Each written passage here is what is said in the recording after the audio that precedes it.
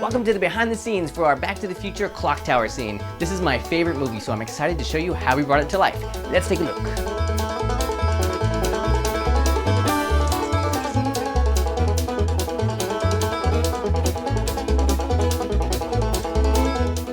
It's hard for me to pick a single favorite movie, but whenever anybody asks, I have to say Back to the Future. And the fans have requested this particular scene, so this is a really special one for me. The first step was to make the costumes, and there's only 2 characters in this, so pretty easy, but very iconic. You know, the vest was pretty particular. Something not quite right with this Marty outfit. Can't put my finger on it. I found a blue vest that looked pretty good, had the right shapes and lines and everything, but we had to change the color somehow. So I'm just gonna head through the old color changing costume portal, see what happens. All right, here we go. Oh yeah, now we're talking. Okay, so I just used the regular method, which was spray paint. You might not see it, but we also have a pretty close replica of the watch that Marty wears. We borrowed that from our buddy Bosco, who is a big Back to the Future fan. I don't have those classic Nikes, so we turned my white Adidas into Nikes.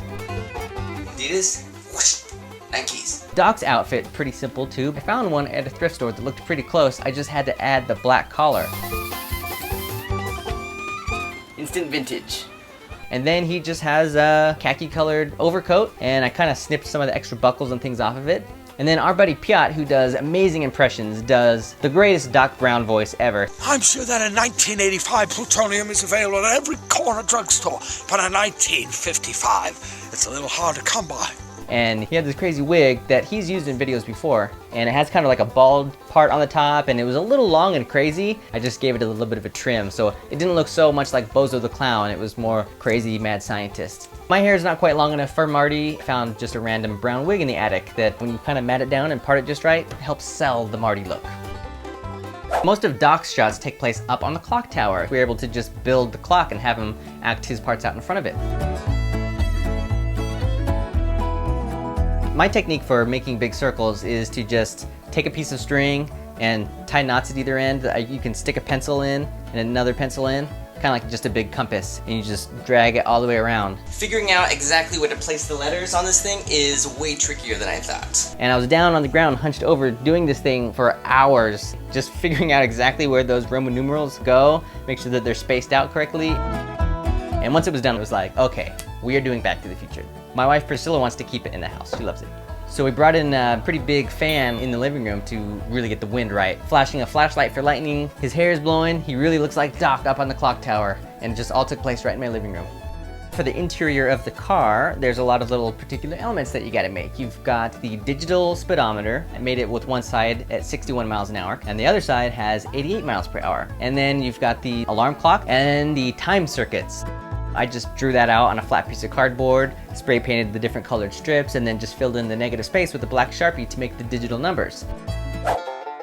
We actually did some real driving in this one. Normally we don't do real driving, but had to get the speedometer readout and kind of show the street lights in the distance, so all that stuff taped up on the dash there. It was like you're sitting in the movie. I mean, look at this. I got the speedometer, the clock, the time circuits. That was like living a dream.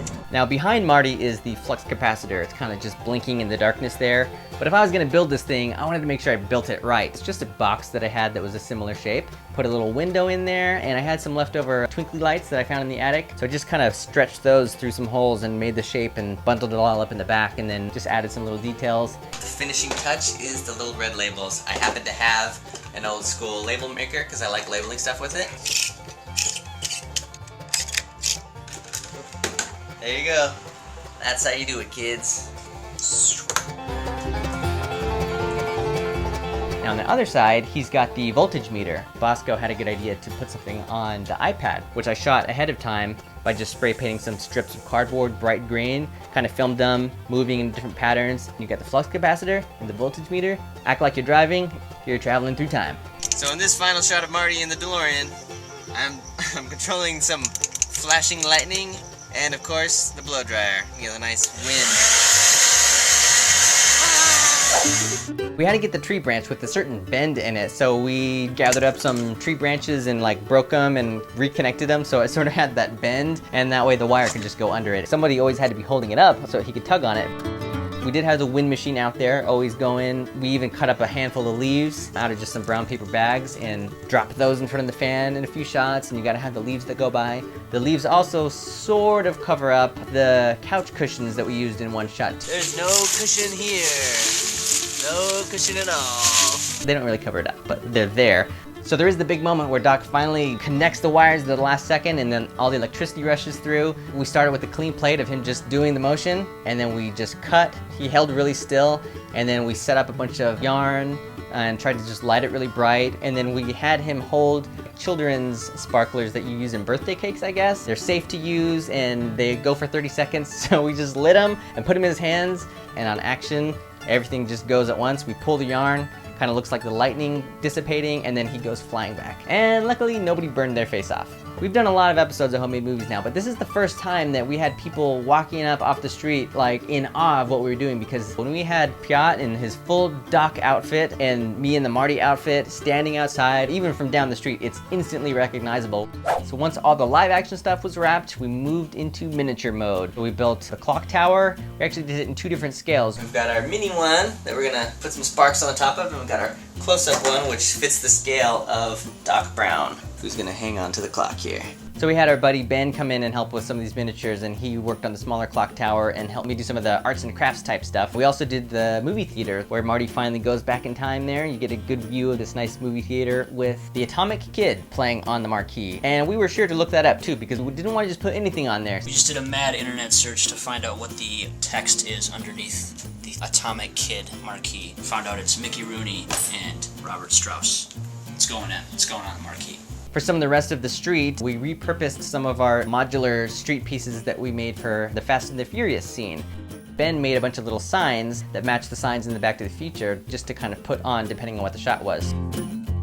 I tried to find some Hot Wheels that looked like 50s cars, and there weren't as many as I was hoping for. So I found some cars that were close, and we painted them kind of more 50s colors, so that way when they appear in the background, they look more like 50s cars. I also made Mini Doc, which was just a regular G.I. Joe that we had, and I shaved off some of the extra pieces that were kind of on the chest and whatever, painted it, matched the same little shirt, and made the overcoat, which I used from a small piece of fabric that I took off the actual overcoat. And then I used some white yarn, unraveled it, and made the little hair piece.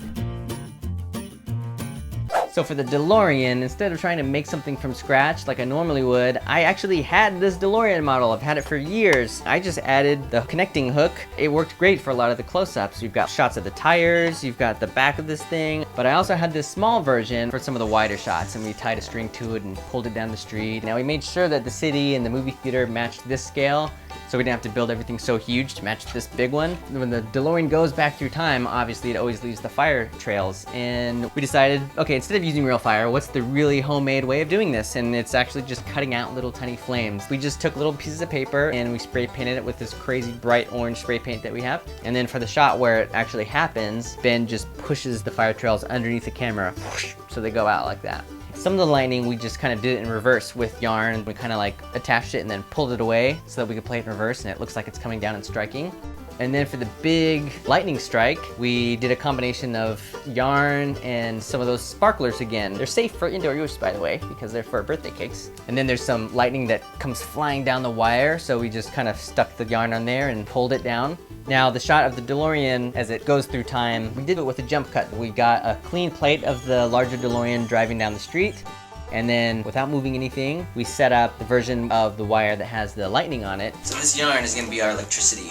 And set up the smoke machine and flash the lightning at the right moment, and then pull the yarn away so the electricity kind of goes away. And so when you cut them together, it just has a really cool effect. So the music was a big deal on this one. This movie has an amazing score. In fact, the Back to the Future soundtrack is the first tape that I bought with my own money. Listen to that thing over and over. So I know the score backwards and forwards. And that tape is actually part of my cassette tape lamp that I built. So this is a very special movie to me and a special soundtrack. And so recreating the score was a lot of fun. Once again, it's just me sitting down with a microphone and just recording layer by layer by layer, just building and trying to do all the different instruments and just using my voice, so it's like a fun a cappella homemade version of the score.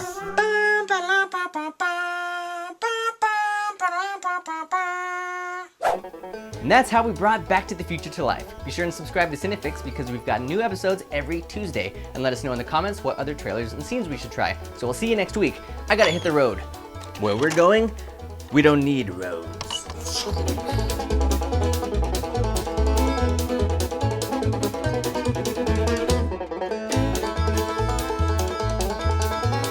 a car in the distance. Oh, wait, no, it's just some LEDs.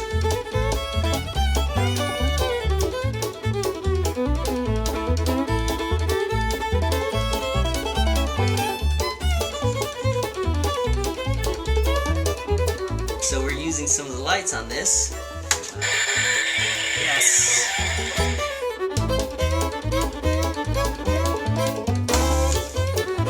Let me explain time travel. Alright, you might want to sit down for this.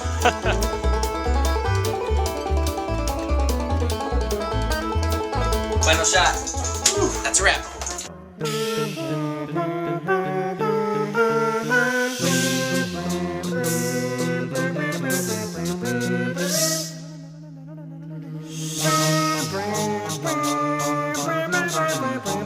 Bye.